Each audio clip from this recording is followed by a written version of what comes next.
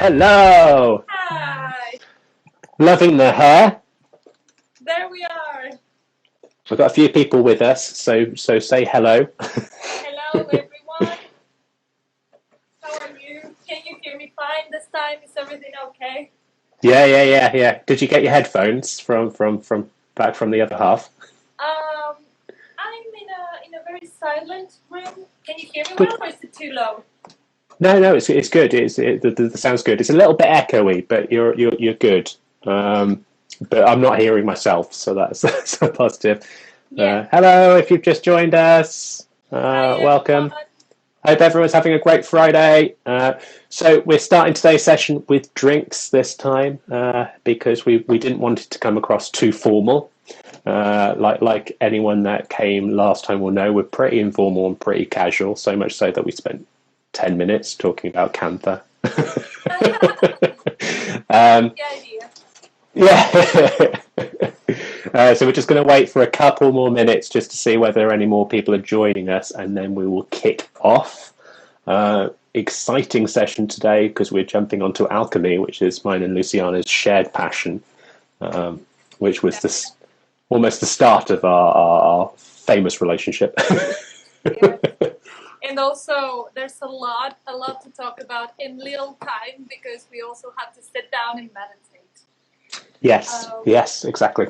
The idea today is that we sort of unwind with our body a little bit too, and we can sit and sort of, put our worries and our stress away. What are you drinking? What have you decided will be your drink tonight? Well, actually, I'm going to disappoint you because this is just water. I only got water. Oh, I see. Johan is starting to study alchemy. Well done. There's not many of us that are plant herbal alchemists, are there? We're a bit thin on the ground.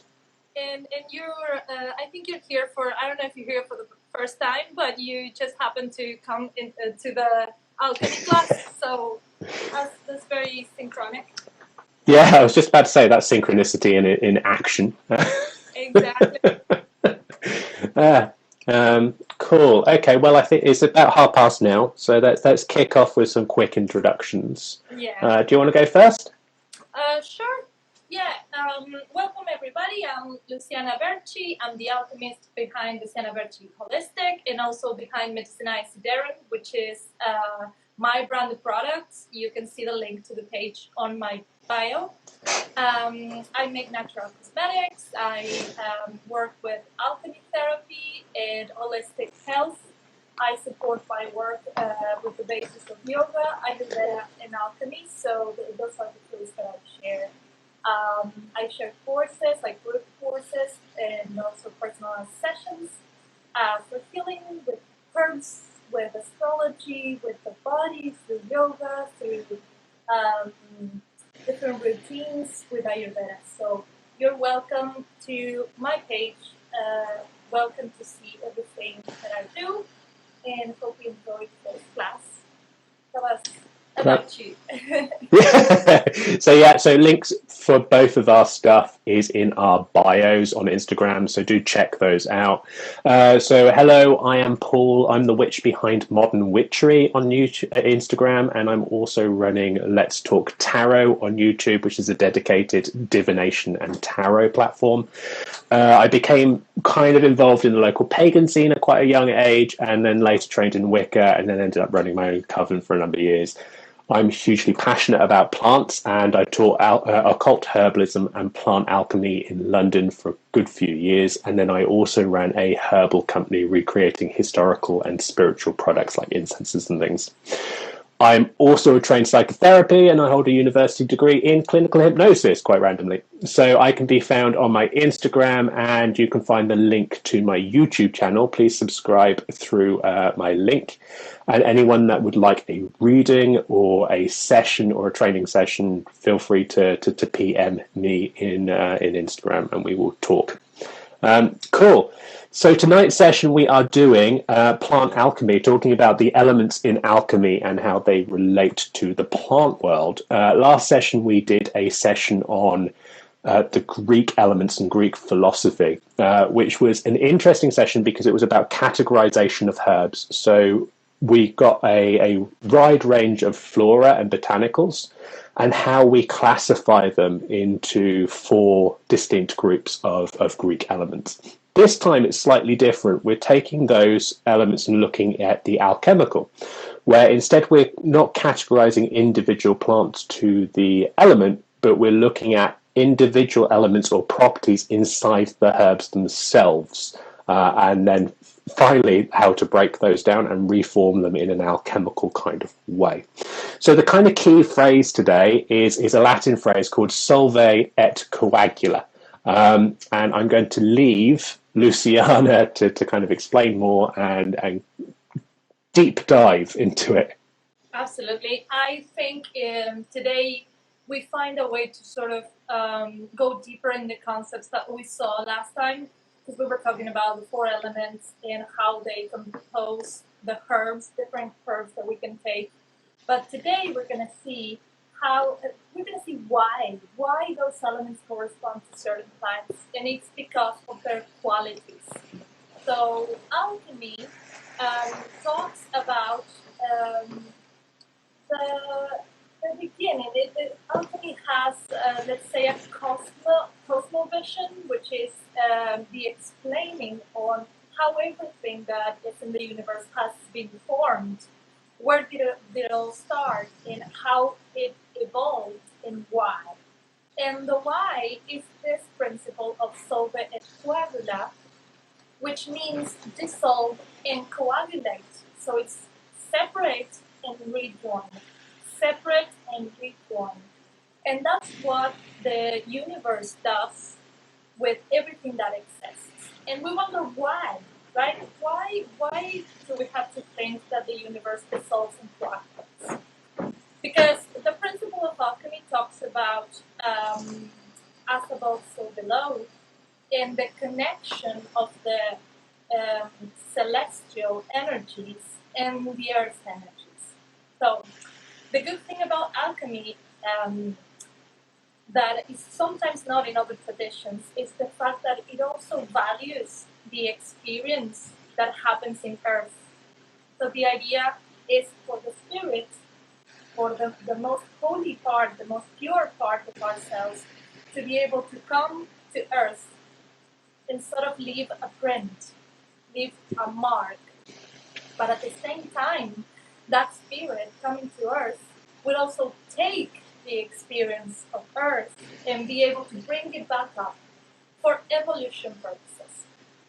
So, a spirit or a soul, in order to come down to earth, has to coagulate. And then the earth, to be able to be lifted up back to the universe, has to dissolve. So it's always this process. Our own life is this process of solve and coagula. And it's for a matter of evolution.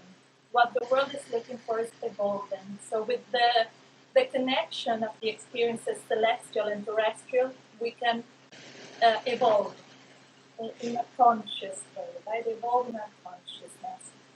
And this is kind of linked to that image that we kind of started our series of the kind of the man looking through the sphere of the world, because there's that, like you said, that kind of as above, so below, that kind of mirroring that happens between celestial things, like when we're talking, looking at astrology, and those things on earth. It's kind of like a mirror. Exactly. And the man that is poking its head out, it's looking for the meaning of life on earth. Yeah. So it's like, okay, I have this here, but what's in there, you know? And that's a little bit of what alchemy invites us to do. With the work with herbs, and there are other types of alchemy. There's animal alchemy, there's metal alchemy.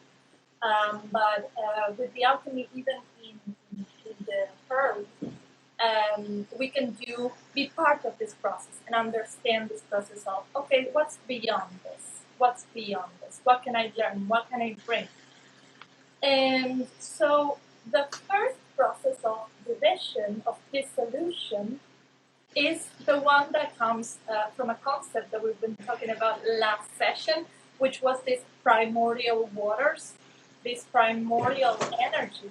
So the one, right? The universe, the universal energy, we call it, which was one. And then the first thing that divides it is the influence of that, we said that masculine seed sort of, or that active particle that comes to it and sort of and starts the division. Yeah. So that being that was whole, that was one, has to dissolve into two to be able to start coming down to earth, right? So the first quality that divides this whole is cold and hot, right? So the first thing that appears is the qualities of hot and cold. And then these two are sort of divided again in two by another quality, which is humid and dry. So we have cold, and it divides into dry cold and wet cold. And then we have hot, and it divides into wet hot and dry hot.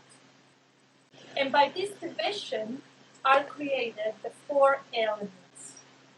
And you guys will remember that from the diagram we did last time, so it's perfectly tied in. Exactly. And even we can divide these two principles, hot and cold, into also positive and negative, and active and passive.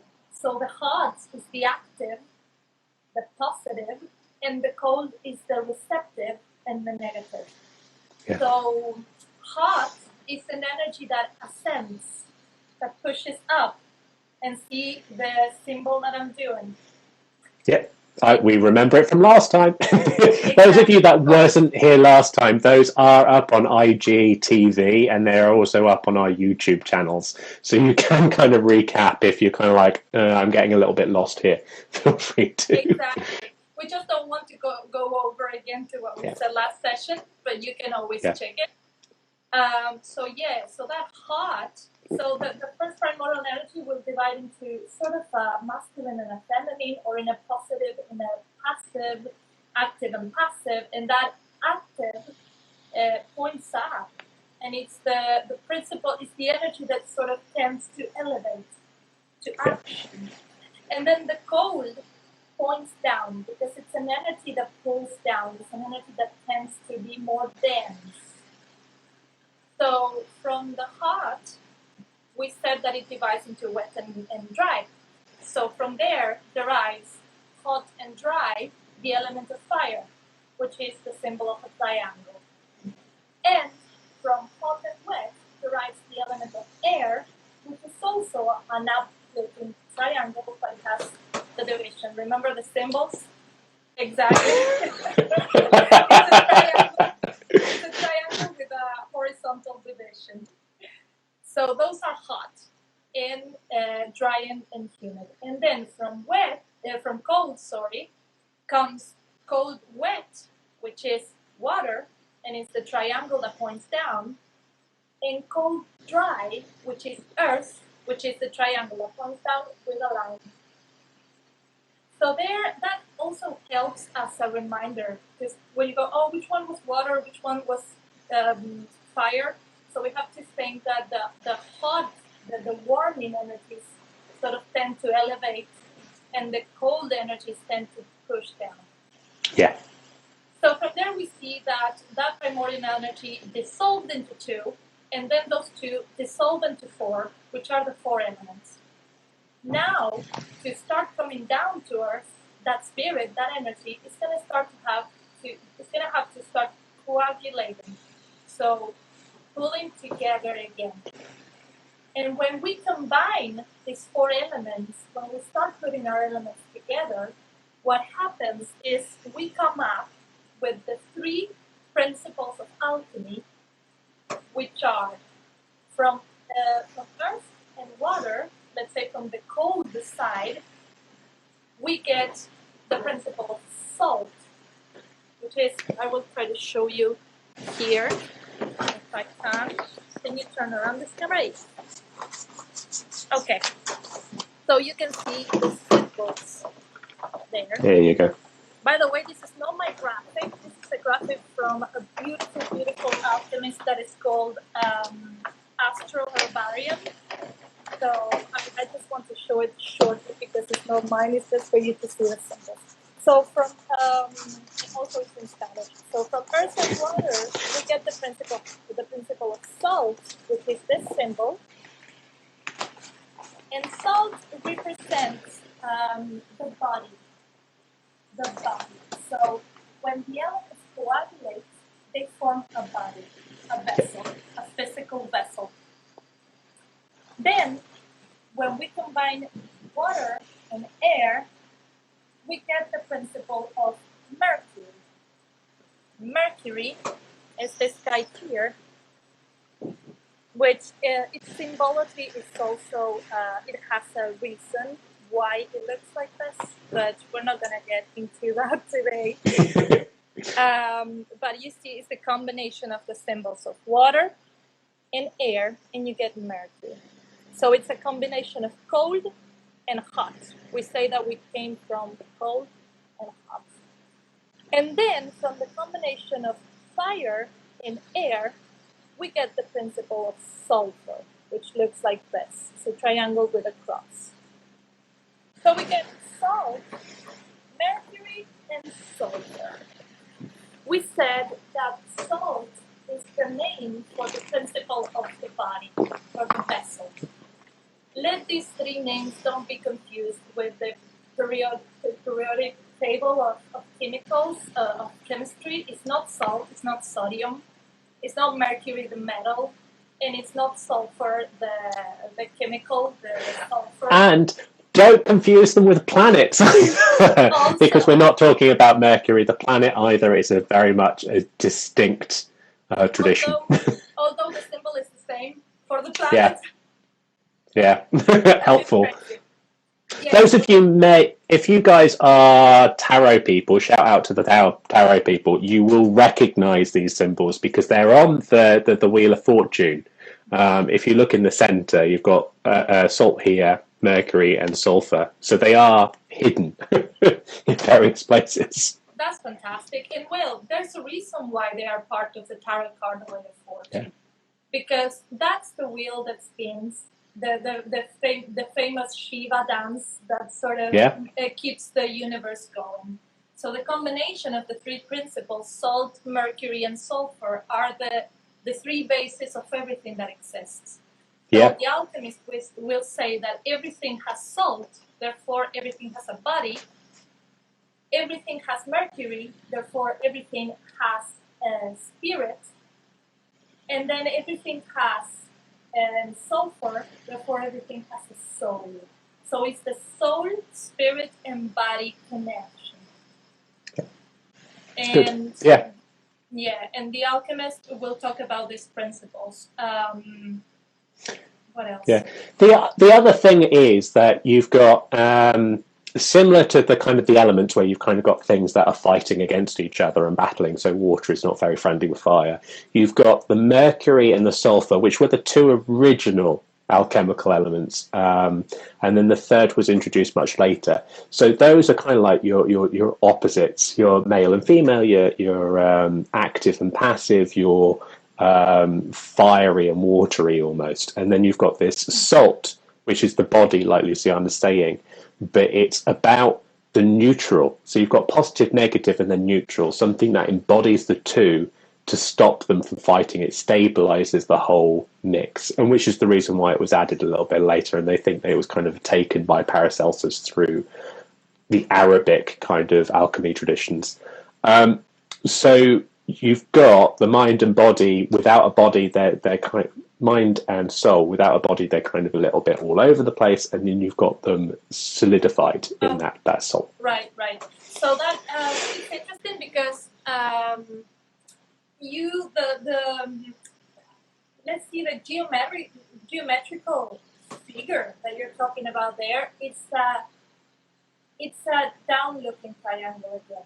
Because we have two subtle elements, which are the mercury and the sulfur, but they need something to come down to earth, and that something is the body. So those energies come down with the body.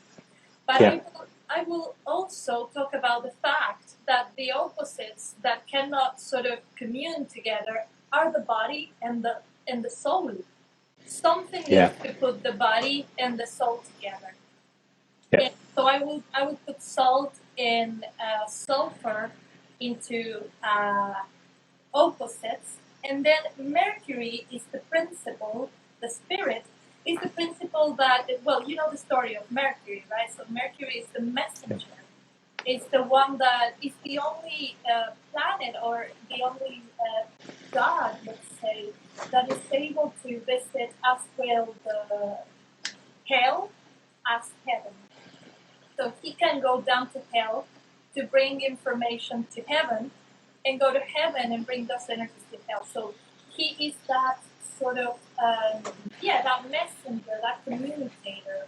So between body and soul, between salt and sulfur, the Mercury is the upper point of the triangle that helps spiritualizing them and putting them together. I think I see it that way. Like Mercury is the link. Yeah. You know, it's the thing that allows things to get together. And it's very, then you could do the same argument with sulfur, and that's how holistic this thing is. Like without all three of them, it just doesn't quite work. Without the sulfur element, you've got no personality, no distinction, no individualness, and it's just kind of like a floating thing, which will make sense when we kind of talk about them in terms of plants, which we should go on to. How do we find this? If Paracelsus and all the alchemists used to say that the three principles are in everything that existed, where do we find salt, mercury, and sulfur in the plants? Exactly. So, different worlds in kind of alchemy is different things. If you've ever played 20 questions, the first one is normally whether it's a plant, mineral, or object or animal. That's the worlds of alchemy. So we're talking about the plant world, and they're not the same in different worlds. So let's just focus on plants. With plants, what we're doing is we're breaking them down into three parts. Then we're purifying those to its kind of most purified version, and then recombining them into something that's kind of known as an alchemical tincture or a spagyric. So those three properties. So what we do exactly is make the plant go through a process of solving coagula. Yes, exactly. Yeah. We're breaking them down, purifying them, and then rejoining them in a kind of a very spiritual way. So let's start with Mercury Spirit. So Mercury is a weird one in the plant world. It's alcohol. So you have to ferment the plant itself to kind of get the alcohol, and then you distill off the pure alcohol. So it's ethanol. And the weird thing about that is that one plant's ethanol is fine to use for any tincture. It's universal. So spirit is a universal property in plant kind of alchemy, which is kind of beautiful, and I love it. It kind of is linked to that Jungian universal unconscious. It's fantastic. It's like alcohol is alcohol. It's not like if you purify it, as we said, because if you do, let's say, one distillation after fermentation to get alcohol, then you will keep the taste of the plant. So an alcohol of grapes won't taste the same as an alcohol of rice. But if you keep on distillating them until the whole trace, personal mark of the plant goes away, then you're going to end up with a pure alcohol product. And that is the mercury. It doesn't change. It's alcohol. Exactly. Yeah. So ethanol's fine. There are some purists that will make the ethanol from the plant that they're working on and then kind of use that in the mix. But the amount of alcohol that you can get from distilling a fermented rose is not a lot compared to grapes, which is why it's normally universal. So then the soul is something, or the sulfur is something that everyone knows. It's very unique to each plant, and it's very different to each plant. But you'll know it because they're essential oils. It's very, very subtle. Again. Yeah. So you can buy the sulfur of a plant from your local Holland and Barrett's. That's not an issue. So when you make a tincture, normally that's a mixture of oil and alcohol. It's already like 2/3 there to alchemical. The bit that's missing is the salt. The salt is the physical property. So here what we do is we take the body of the plant, we burn it down into an ash. We keep going until that ash is very, very white and very, very pure. Then we wash off, and what we're looking for is there's a soluble salt in ashes called potassium nitrate to the kind of the chemists amongst us, but to those of us that are spiritual, we just see it as alchemical salt. That dissolvable soluble salt is we wash it with filtered water, and then we evaporate that filtered water off, so we're left with that white crystalline salt. If it is not white, we then repurify, because that normally means that we've got fixed sulfur in it, but that's a long story. But we purify that salt, and then we use that to add to the oil, the essential oil and the ethanol, to get an alchemical tincture. And that's one preparation. You can combine those three formats in different ways and get different products like plant stones or elixirs with plant crystals. Elixirs. Plant Yeah. crystals, that is the magic of alchemy. You say, how did I get crystals from something that was a plant, was on the earth? So that is exactly the whole process of purification. That is why matter, which is body, which is salt, can become something volatile, something so subtle that can elevate and create crystals. Well, there's a whole thing about crystals, which is for another time, because we're about to go the way of the camphor. Crystal is one of the most pure substances, right? So the fact that we can crystallize body and salt is really magical and beautiful. So basically that is the process that we do in alchemy. I would love if somebody is watching and has any questions right now. We have like a couple minutes. We do. Because we went so fast through this, and it's a lot of info. By the way, it's a lot of info, but you're gonna see it visually in an infographic post that we're gonna do after this session tomorrow, right? Yep. We're gonna post this image tomorrow where you can see the equivalences between salt, mercury, and sulfur, body, spirit, soul, cold, hot, wet, etc. Right? So you sort of have a visual. And feel free to repost those guys. They're kind of there to kind of just spread around and disseminate information to the masses. So when those go live, we do one at the end of every single session on the next day. Feel free to copy it, share it around, and just put a tag in for us, just so we can see where it's going. But yeah, they're there to share. So anything else on that, as we've got like a couple of minutes before we do a meditation? Yeah, I will close this chapter saying that why do we do this long and tiresome process with plants, right? Why would we do it with alchemy? Well, there are practical alchemy practices, and then there are spiritual alchemy practices. So the practical will be literally making an elixir, a concentrated and purified elixir from a plant that will have a health impact in our bodies. Will heal our bodies, and when it's an elixir, when it's purified, it will not only heal our bodies, but it will also cleanse our energy. It will also elevate our spirit, because we start connecting with that medicine that we created, and we put that medicine in our bodies.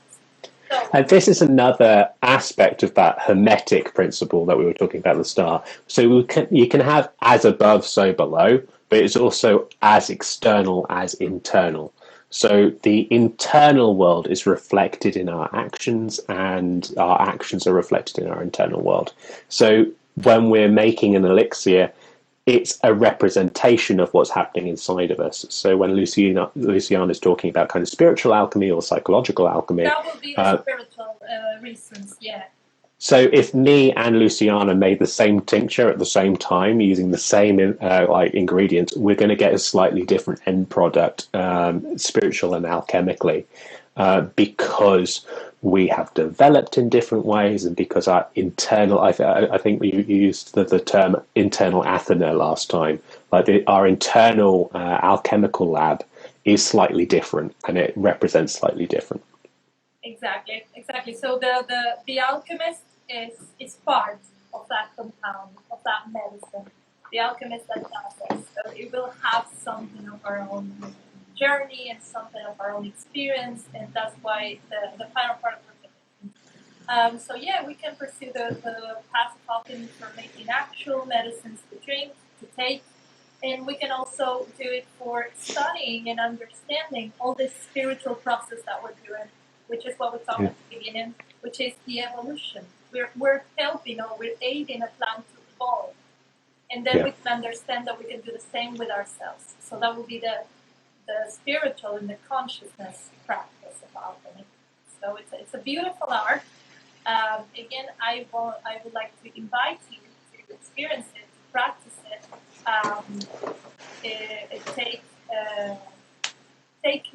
Put your own hands into action, because practice is one of the most important things of alchemy, to be able to actually see the process. And herbalism. There's no point in sitting down and being an armchair herbalist. Yeah. It adds a lot to herbalism, because it adds all the philosophy behind it, which sometimes herbalism just focuses on the medical aspects. Yeah, or the spiritual or the folkloric. Yeah, but yeah. So, shall we do our practical? Tell us what we're doing. Yes, are we ready? We're going to see if there are some people. Hopefully you can do it live with us, but otherwise you can see the recording in our IGTVs, both of us, and do it later. But what we're going to do today, first of all, we're going to start sort of loosen the joints a little bit, just to get the neck and shoulders to get comfortable, to be able to sit comfortably. Important to have comfortable clothes, to have a comfortable chair, or as I have here, a little pillow that we can sit on and feel comfortable. And then we're going to do a simple practice of square breath work, which is a breath in 4 times, which is inhalation, retention of air, exhalation, and retention without air. So we're going to link that 4 process, that 4 time process, with the 4 seasons, to start connecting with what these seasons mean. And there's also obviously a prevalence of elements in the seasons, right? Yeah. So we have the spring, which will be a more airy sort of moment, right? The summer will be a more fiery moment where everything sort of expresses itself and expresses its energy. Then autumn is a wee bit of a decay, so the water, the dissolvence of everything. And then in winter we have earth, because we go and we hibernate like the bears, right? Inside of the cave. And it's cold and dry. Cold and yeah. Sometimes it's humid too, but yeah, it is in Ireland. Exactly. It's always humid. In Ireland, I think it's water all over the year. Cold and damp. But yeah, so we're going to link those 4 times with those 4 processes that nature goes through. So that's the idea, connecting with our breath and feeling part of that. So yeah, see, if you're ready to start, the first thing we're going to do is to sit comfortably, to check that our back is straight, in a straight position, that our legs are relaxed. If we're sitting on a chair, we can place our both feet to the ground, fixed with apart, so we have that connection with earth. And we're going to start by closing our eyes, taking deep breaths, and we're going to start feeling that these deep breaths go all the way down to the spine, not only breathing out in our chest, but also trying to bring the air first into the belly and inflate the belly. And when we exhale, we push the belly button in And we sort of relax the shoulders and open the chest. We're going to feel how our body is today.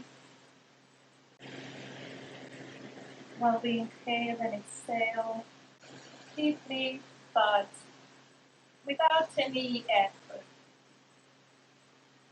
We're going to check if there's any point of the body that's sore and try to relax it with each exhalation. And we're going to focus the attention now on the throat and the back of the neck. And with the next exhalation, we're going to bring the chin down to the chest and relax the head, extending the cervical. We're going to inhale and bring the right ear to the right shoulder. And exhale back to the center with the chin to the chest. Inhale and bring the left ear to the left shoulder. And exhale to the center. We're going to do this half circle. Inhaling to one shoulder. Exhaling to the center without curving the back. The back feels straight. Inhaling to the other shoulder. 2 more times. Relaxing without exhalation. Relaxing the muscles in the back, in the cervical. And exhaling to the center. And now with the inhalation, we're going to do a complete circle. Looking up and coming back to the center of the down. When I inhale, I look up.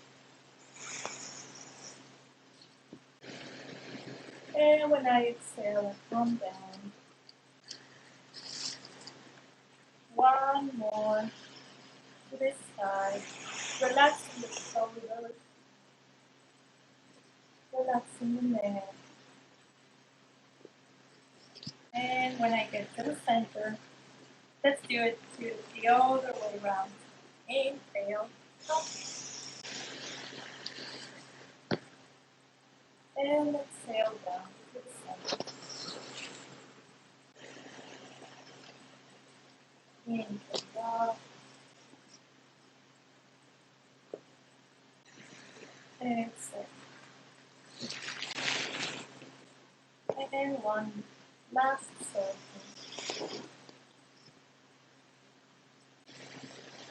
It's important that we keep consciousness in the breath. Relaxing the center and slowly inhaling. Let's come up to the center, the starting point. And now we're going to do a little bit of shoulder movement. We're going to rotate to the back, up and back. Inhale and comes up. And exhale down. 3 times this way down. And 3 times the other way around. Inhale up. And exhale. Very loose arms.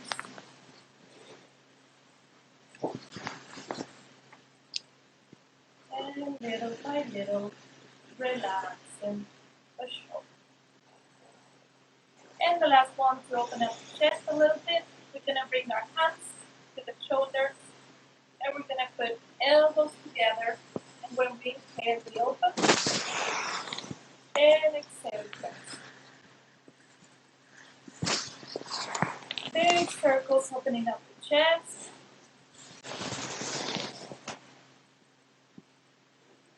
One more. Exhale. And change to the opposite side. Open and close.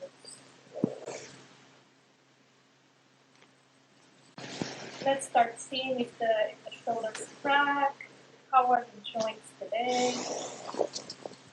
And next, one arm at a time. Inhaling deeply and exhaling. This is great if we are all day working in the computer, in a desk. This is the part that gets really stiff. And the other way around.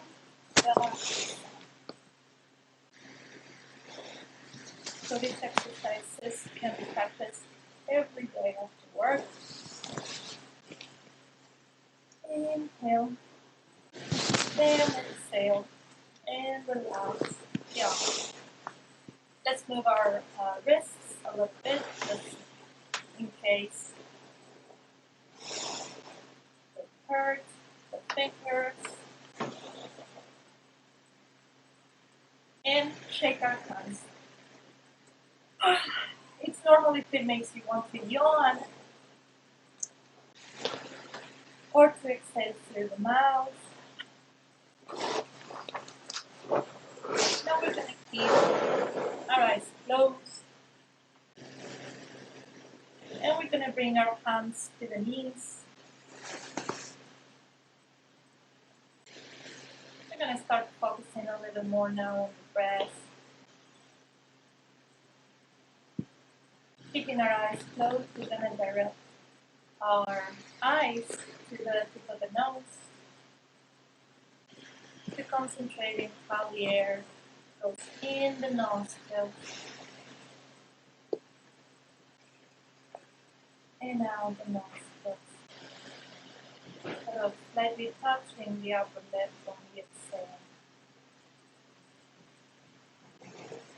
We're going to start counting 3 times to inhale. So inhaling 1, 2, 3. And 3 times to exhale. Exhaling 1, 2, 3. Bring the air to the belly. Inhaling 1, 2, 3. Exhaling 1, 2, 3. Relax the shoulders more. Inhaling 1, 2, 3. Exhaling 1, 2, 3. Next time, inhaling 1, 2, 3. Notice the pause. Exhaling 1, 2, 3. And notice the pause. Inhaling 1, 2, 3. Retain the air. Exhaling 1, 2, 3. Retain empty of air. Inhaling 1, 2, 3. Retain 1, 2, 3. Exhaling 1, 2, 3. Retain 1, 2, 3. Continue. Inhalate it 3 times. Retaining the air 3 times. Exhaling 3. And retaining empty 3. Count it mentally. 3 to inhale. 3 to retain full lung. 3 to exhale. And 3 to retain with empty lung.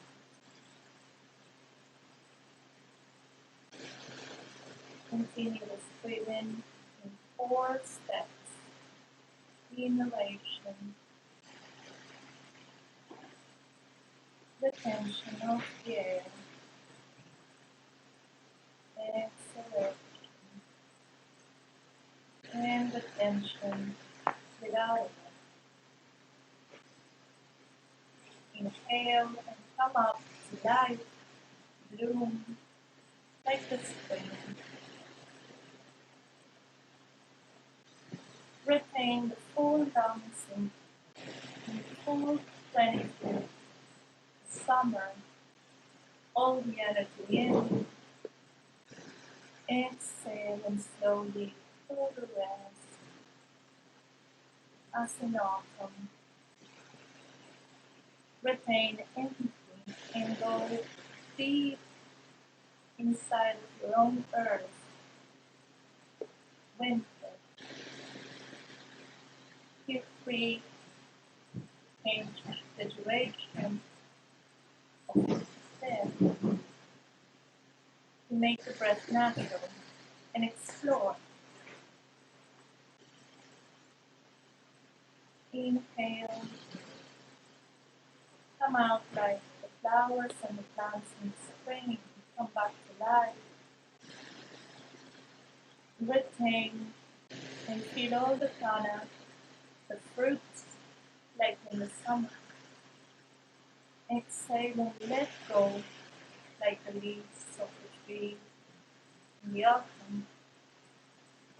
And go and hibernate with empty lungs under the ground in the winter. Let's start paying attention to each of these times. Which one of the times do I sustain more easily? Which ones I struggle with? And why? Is it in pain, and am I not in pain enough? Am I not breaking the ground into bloom? Is it the retention? Am I not enjoying the fruits of my action? Do I do too long exhalations and tend to lose what I achieved? Do I find difficulties retaining underground, staying in hibernation, staying in that pulsating state of winter? Just observe without judgment.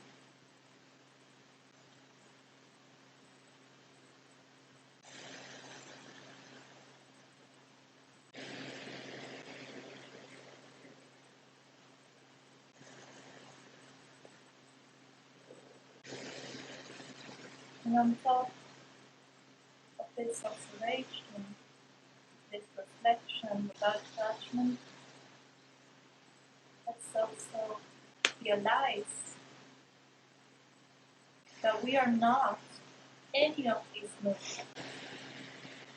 We make these movements, but we are actually standing as a spectator of this dance of the four elements, of the four seasons. We are the center of the wheel, that fifth element that sustains all the rest, that doesn't belong to us.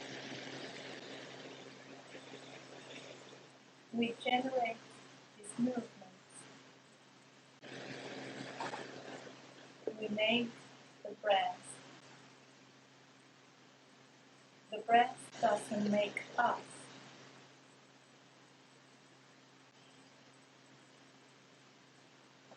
And let's keep that thought, that we are like the white canvas where the four movements occur.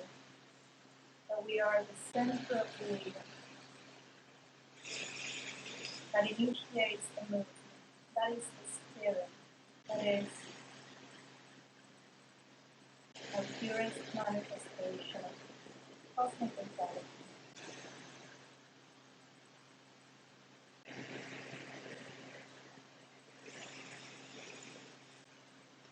Let's not forget to go one more time through the four seasons. Growing,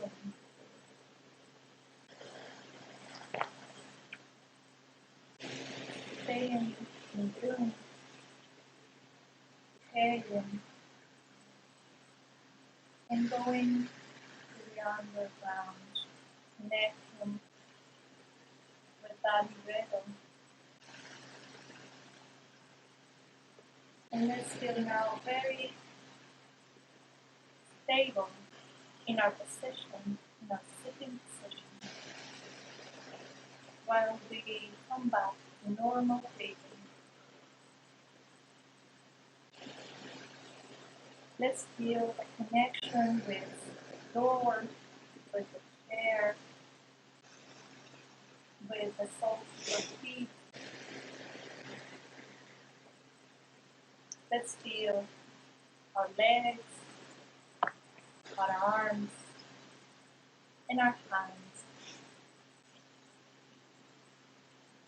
And let's slowly take the hands, covering the heart, one on top of the other.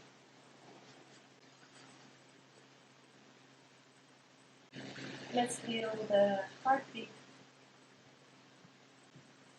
Bring the chin down a little bit, relaxing the head.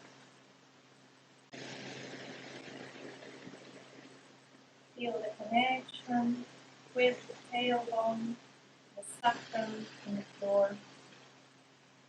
the heart as the center, and the crown of the head as the connection to the celestial energy. And slowly at your own time, start coming back to the present moment, here and now.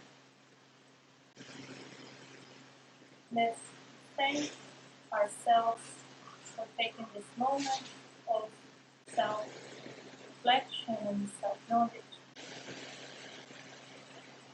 Thanks to everybody for sharing with us and for taking a break, breathe, feel,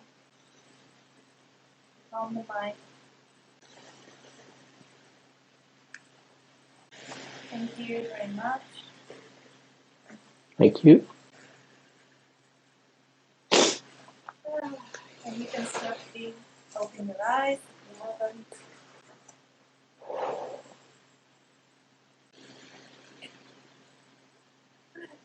Welcome back. How do you feel? Good. Yeah, very nice and chilled and relaxed now. Ready for a lovely Friday evening. How are you feeling? I'm feeling great. Calm, Conscious breathing is a key to happiness. Right? Yeah, because you can find that happy place inside of you. Yeah. I realize that you don't need a lot of when you have this tool inside of yourself, you don't need to. Yeah. It'd be wonderful to use that breathing technique with the 4 phases when you're like doing herb picking or something, just on the inhale, seeing the plant growing and then fully blooming with and then cutting it with the downstroke and then seeing the barren earth on the breath retention. So I might be playing with that. It's a very herbal type of association. Yeah. And that is the key, right? That the processes that plants go through are the same processes that we go through as nature, as part of nature. So everything is interconnected. It's very much that from seed underground to the first sprouts of the plants to the fruits into lucid and decaying again and going back to the ground. So that's the cycle. Yep. Cool. So if you are just joining us, we are about to start finishing up, but this session will be uploaded to IGTV as well as both of our YouTube channels when we get around to editing it and getting it up. So you will be able to watch the whole session and the meditation at your leisure. So thank you guys for joining us very, very much. Would you like to summarize what we've done today, Luciana? Yeah, absolutely. Today we talked about alchemy and how the 4 elements link to the 3 principles of alchemy. We talked about what's the purpose of alchemy and what we can do with it as a practical and as a spiritual practice. So there's a lot. So if you have questions, you can comment this video when it's uploaded on IGTV and ask, because we really went fast through all these new concepts. Oh, didn't we just? Yes. So please feel free to write us comments and ask us anything on the posts or through IM.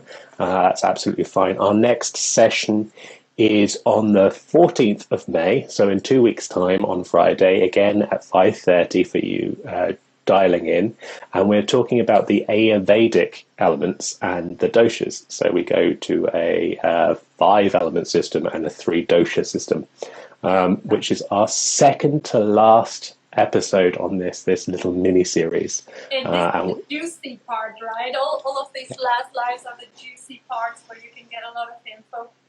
Exactly. So tomorrow we will be doing a post about alchemy with that Solvay et Coagula style post with how they will associate together. So feel free to reshare and repost that. Please join us on our next session in 2 weeks on the 14th of May. Feel free to follow both of us. To comment and share what we're doing. It would be fantastic. The more people that we get, the more likely these things will survive in their current format, as well as a new format that we are at the moment in talks with in the autumn, which is quite exciting, but we're not announcing it yet. So thank you so much. Our time with you has ever been wonderful. Absolutely, and please join our courses, join our therapies, which I think you can get a lot from. If you have a lot of questions and alchemy sort of sparkle in you, you can always do sessions with us, and we'll be able to teach you, to share what we know with you, and hopefully help you build your own path as a herbalist and alchemist. Yep. Indeed. Okay, well, take care. Bye. See you soon. Speak to you soon, Luciana. Bye. Oh, bye-bye. Yeah.